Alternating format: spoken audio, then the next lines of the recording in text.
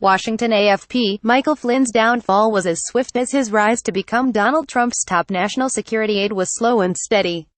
After 3 decades climbing the ranks of U.S. military intelligence, it took just 10 months from being sworn in as the president's national security advisor for a disgraced Flynn to plead guilty to charges of lying to the FBI. Get the Times of Israel's daily edition by email and never miss our top stories. Free sign up. A pivotal player in Trump's shock election campaign, Flynn's admission on Friday that he lied about contacts with Russia hurtled him into the center of a scandal that could imperil the presidency itself. Flynn's stride into Washington's district courthouse instantly entered the annals of American political history, right alongside Watergate mugshots and grainy images of JFK's fateful open-top ride in Dallas. In pleading guilty, the 58-year-old also pledged to cooperate with the deepening FBI probe into possible collusion between Trump's campaign and a Russian effort to tilt the 2016 election in his favor. A wiry, energetic figure with sharp facial features, the retired 3-star general was one of the few high-profile military figures willing to embrace Trump during the Republicans' maverick election campaign. Flynn's hardline stance on militant Islam and his penchant for engaging Russia had seen him forced out as the head of former President Barack Obama's Defense Intelligence Agency. But those very same views drew him into Trump's orbit. Such was their personal bond that he was even on the short list for vice presidential candidate.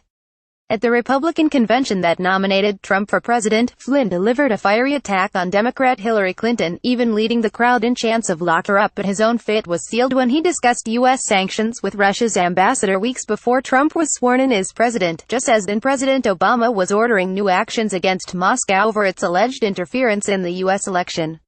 Barely a month into his job as White House National Security Advisor, Flynn was forced to resign in February due to public concerns over his contacts with the Russian envoy.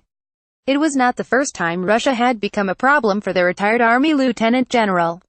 His paid appearance at a 2015 dinner in Russia sitting next to President Vladimir Putin especially raised eyebrows, as did his accommodating statements toward Moscow that suggested a readiness to accept Russia's seizure of Crimea and its support for Syrian leader Bashar Assad. "We beat Hitler because of our relationship with the Russians, so anybody that looks on it as anything but a relationship that's required for mutual supporting interests, including ISIS, that's really where I ram it with Russia," he told The Washington Post in August 2016. The main threat facing America, in Flynn's view, was militant Islam. "We have a problem with radical Islamism and I actually think that we could work together with them against this enemy. They have a worse problem than we do," he told the Post. The son of a Rhode Island banker, Flynn had a professional Army career mainly in intelligence units. In the 2000s, he served in Iraq and then Afghanistan, where he became Director of Intelligence for coalition forces. After leaving the Defense Intelligence Agency, Flynn repeatedly criticized the Obama administration as inadequately focused on the Islamist threat. In his book, Flynn argued that Muslim countries must be forced to stamp out radical Islamic beliefs, which he said were metastasizing. "We're in a global war, facing an enemy alliance that runs from Pyongyang, North Korea, to Havana, Cuba, and Caracas, Venezuela," he wrote in the New York Post. Along the way, the alliance picks up radical Muslim countries and organizations such as Iran, Al-Qaeda, the Taliban and Islamic State. Like Trump, Flynn criticized U.S. allies in NATO for not putting enough of their own effort and funding into the Western Defense Treaty. National security community critics had warned his own eight-dimensional views could upset well-established relationships that benefit the United States. They questioned Flynn's willingness to take money from Russian government-backed groups, and his support for Turkish President Recep Tayyip Erdogan's harsh crackdown on dissent. His brief but pivotal relationship with Trump now lies in tatters.